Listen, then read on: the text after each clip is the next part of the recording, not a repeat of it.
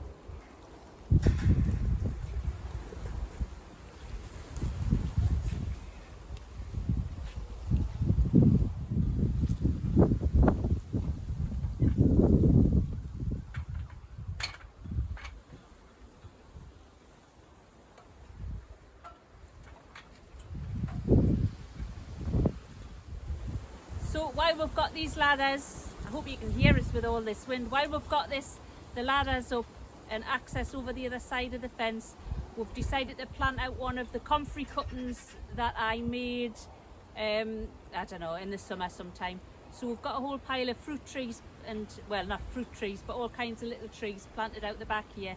So I'm going to put one of the comfrey cuttings next to one of the trees. They complement each other. You can cut the comfrey back and it'll feed the tree. At the minute the comfrey's just tiny, so it's not going to swamp the little tree that we've got there. So Kenny's just going to be doing that now. Push that comfrey right in. Dry as a stick. I know, that's why I want them put in. We're going to get stung by a nettle here.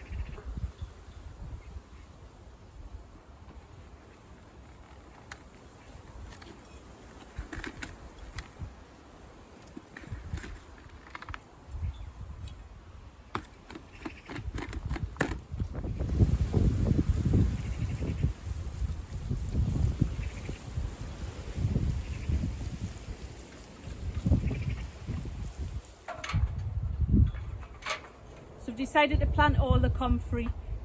It's getting pretty dry just sitting up here at the compost in these little, sitting up here at the allotment in these little pots, so I think they're best off in the ground.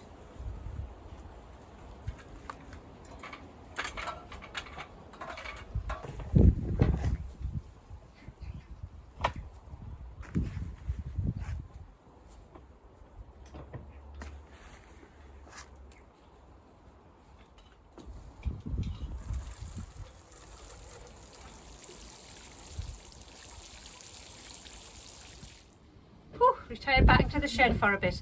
For anybody who doesn't already know, that bit outside of the fence isn't part of the allotment. Obviously it's just rough ground on the edge of a field, and we've been trying to plant it out with trees and what have you, and some fruit bushes over the past couple of years. So we've got a couple of poplars in there, and a beech tree, and ash, and all sorts of things, some little apple trees, and we're just trying to kind of claim that in a way. I mean, not legally or anything, but you know, just to use it and beautify it and naturify it. Is that a word?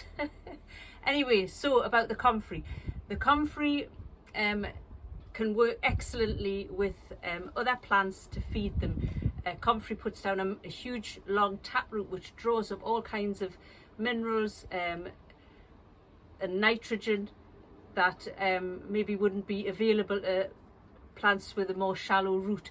So it's a very beneficial plant to use as a feed for your other plants. So what you can do is plant a comfrey between your trees, and then you can chop your comfrey and just let it chop and drop under your trees, and it will feed them. It's very nourishing for that. So it's kind of like companion planting in a way. So that's what my little aim is out there.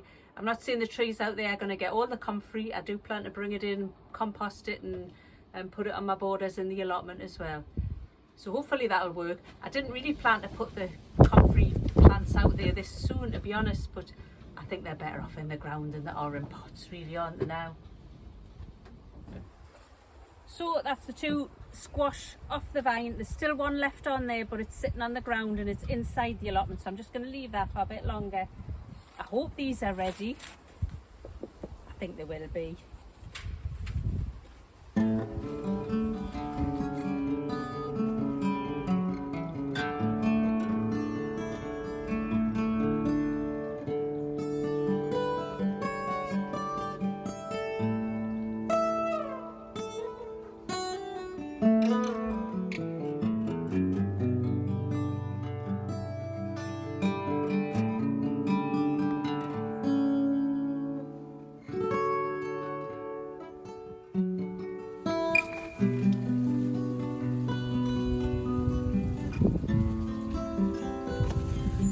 It's a couple of days later and I'm just in the garden checking on these squash now. I've got about a couple of these big, I'm going, I'll go one day on this camera. I've got a couple of these big ones lying around, and then I've got about half a dozen smaller ones elsewhere in the garden, all coming on nicely. I'm gonna just let them go because the foliage is still green, and it's been lovely weather. Just give them a bit more time to ripen.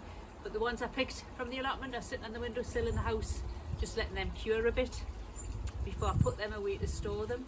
But what I'm going to do this afternoon is I'm going to throw together a batch of sloe gin. So if you want to see how that's done, you can come inside with me now and we'll get on with that. It doesn't take long.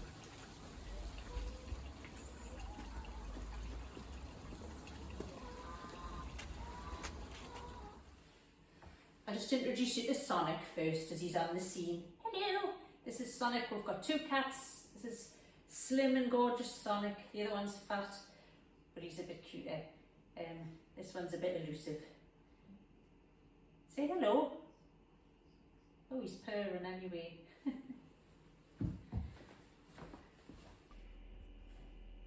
Well, everything's got that kind of autumnal feel in the kitchen at the minute. That's all the broad beans, sorry, the runner beans drying there on the sideboard. There's still plenty more to come, and they'll go in a jar once they've dried off, and they'll be used all winter in soup and casseroles. And then around here. That's the squash we picked. And there's one nice big bag of apples I picked from my brother's back garden the other day. Be sorting them out shortly, making some nice things with them. Then behind there I've got, that's some apple cider vinegar. I found a tree with crab apples on, and I'm just making a big batch of apple cider vinegar in that. That'll be ready shortly as well. So yeah, full of busy, all that nice autumnal abundance happening in the kitchen at the minute. Well, for anybody who is unfortunate enough never to have had sloe gin, it's a lovely, I suppose you would call it a liqueur. It's made with sloes, which are these, and sugar and gin. Sorry, that was the vital thing, I nearly forgot the gin. And you let the sloes and the sugar steep together with the gin for several months, and then you just drink it, and it's delicious, and it makes a fantastic Christmas gift, which is why I sometimes make it. Sometimes I just make it for myself, mind. Anyway, these are the sloes. They're actually a type of plum, just small, they look like blueberries, and actually you can find them in your hedgerows if you look closely enough. If you don't know where you've got any sloes in your area, they grow on what's called the blackthorn bush. They usually quite often grow in a row of hawthorn, and if you don't know if you've got any in your area, the thing to do is you're going to have to wait until next year, unfortunately. Wait till spring, wait till early spring, and the blackthorn bush is the first hedgerow bush to flower. It flowers, it has like a lovely creamy blossom. It flowers before the leaves come out, and it flowers, and I don't know whether the leaves come out. Anyway, it's much before the hawthorn. So if you're driving around and you've got hedgerows, early spring, and you see just random little bushes in the hedge with creamy white flowers on, that will more than likely be your sloes, and you have to mark it in your mind and come back in autumn and pick them.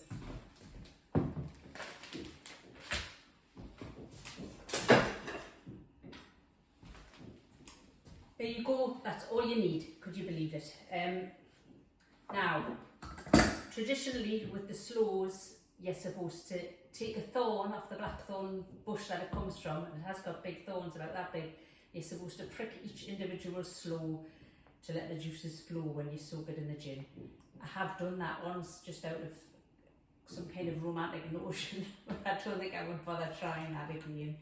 It's basically you want to split the skin to let the juices flow out. What you can do is freeze them, and that'll split the skin for you. I was in the middle of doing that, these were in the freezer, but I want to get on and make this. I can't be bothered to wait. So I'm just going to actually put them into this plastic bag, and I'm just going to give them a bash with my rolling pin.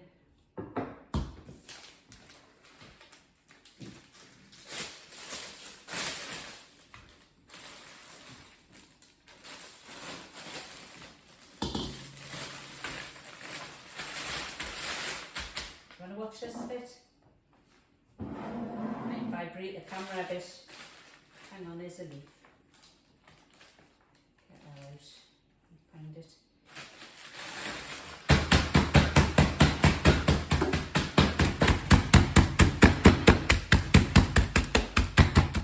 There you go. That's that skin nicely burst open there, and all the juices can flow from that into the gin now. I have about 450 grams of sloes here. Your measurements don't need to be exact. It's not a precise science making sloe gin, but if you get the quantities about right, then you really can't go wrong. So I've got about 450 grams of sloes. I'm going to use, I've got a full litre of gin there. I'm not going to use all of that. I think I'll probably use about 3/4 of it. So that's about 750 ml. And that leaves me with a little bit of gin to have tonight with something nice. And then here I've got 150 grams of sugar. Now, depending on which recipe you look at, some of them will tell you 100 grams, some of them will tell you 250 grams. I have made the mistake before of making my sloe gin far too sweet, and of course once the sugar's in, you cannot get it out again.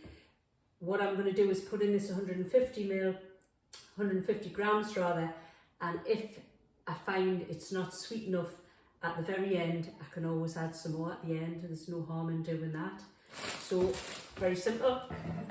All we're going to do is put these sloes into here. You can use any kind of container that you can close. Although this is a little bit narrow necked, might not have been the wisest.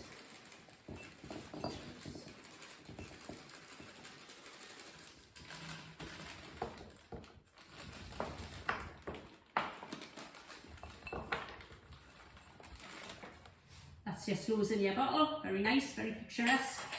Love it. Next thing to go in is the sugar. You can use caster sugar. It'll dissolve a lot easier, that's for sure. I haven't got enough, so I'm just using granulated.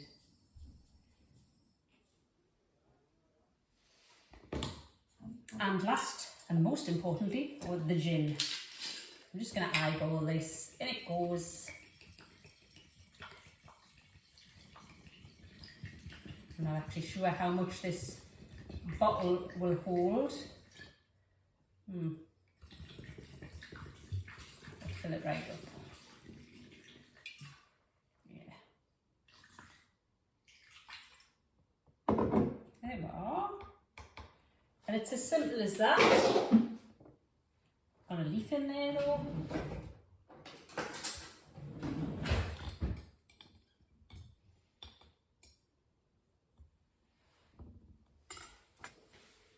So I'm just going to try and give it a little stir to get the sugar to start dissolving. I need a longer knife, don't I? And what you're going to do is get that sugar to dissolve, and then every day or every couple of days you're going to want to just give this a little mix. I've actually ended up with loads of leaves in there. I don't know how that's happened. Never mind, it won't harm the flavour, I'm sure. Oh, I've managed to catch cat number 2. This is Pippin. Hello! This is the fat one. I can hardly lift him. And he's never very happy because he needs his tea, or he wants his tea. Don't you? So there you go, you've met both the cats today as well. And that is more or less it. What you've got to do now is leave this for as long as you can, really. This is the very end of September. I'm intending on making sloe gin Christmas gifts out of this, so it'll be in for almost 3 months, steeping like that. When I've let it steep for as long as I can, you can leave it for, you know, a month, 2 months, 3 months. That's ideal. Some people leave them steeping for a very long time. Because it's an alcohol, it's not going to go rotten. Once you've finished your steeping process, you just want to filter out those sloes. You could pour it through some muslin or a sieve, and then you would decant your sloe gin into some nice pretty little bottles and put them in people's Christmas stockings. It'll be a beautiful ruby red, rich deep ruby red colour by the time it's all done. It has been a very autumnal kind of video, this one, hasn't it, with pumpkins and sloe gin. I hope you enjoyed it. If you did, please give me a thumbs up, consider subscribing, give me a comment if you'd like to say something, and hope you catch you on the next one. Bye.